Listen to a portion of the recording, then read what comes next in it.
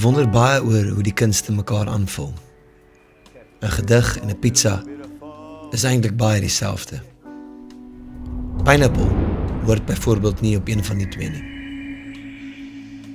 Ek nooi mense na Dram, my restaurant, om 'n bietjie van hul kuns te deel, soos ek amper elke weeksaand vir die laaste 3 jaar gedoen het.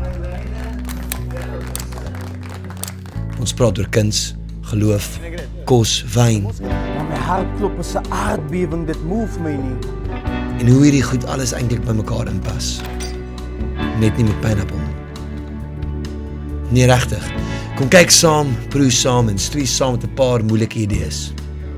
Kos en kuns. O ja, my broer gaan kook.